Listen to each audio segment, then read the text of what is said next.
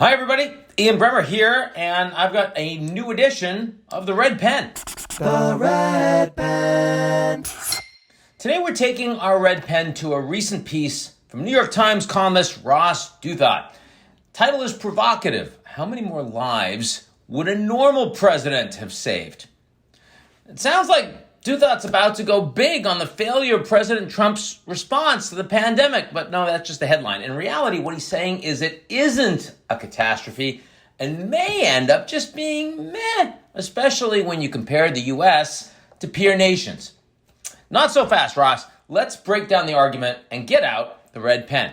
First, how are we defining peer nations?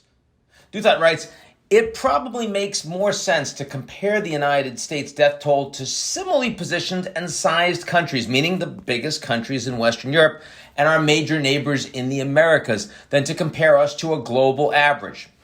Why not compare, in my view, the United States to the EU rather than individual nations for a similar landmass and population? I mean, that makes the most sense. If you did, you'd realize that comparison doesn't paint a pretty picture for the United States. And by the way, if you are going to single out peers, you should also include Canada, Japan, South Korea, all of which have a lot fewer cases and deaths per capita than the United States. Now, to be fair, since publication, Douthat has posted a pretty lengthy thread on Twitter explaining a few of his more controversial points and admitting he should have included Canada in his analysis. Fair enough. But in broad terms, comparing the United States to a conveniently selected cohort and ignoring both the different starting points within that comparison and all other counterexamples like Canada and the EU as a whole seems like you're forcing the argument.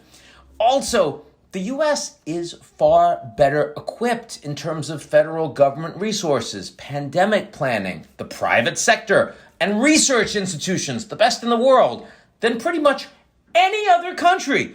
So therefore, the extent to which the U.S. underperformed what should have been our expectations is much greater.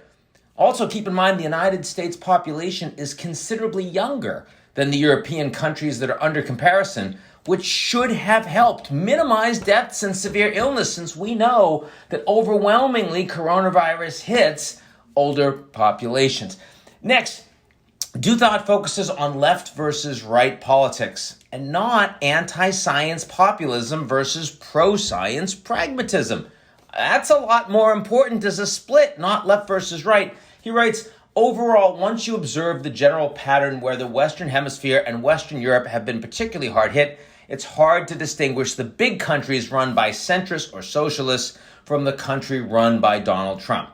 But when you compare anti-science populists like Trump or AMLO in Mexico or Bolsonaro in Brazil with Angela Merkel in Germany or Jacinda Ardern in New Zealand, you see a pattern that suggests that Trump's rhetoric and unwillingness to demonstrate strong leadership have done more than a little damage. One of the most important points in dealing with a pandemic is not whether you're on the left or on the right, whether you're small or whether you're big, or even whether you're rich or whether you're poor. It's whether or not you're leading with science and expertise. That's been a really fundamental divide, and the United States and President Trump have not led well on that.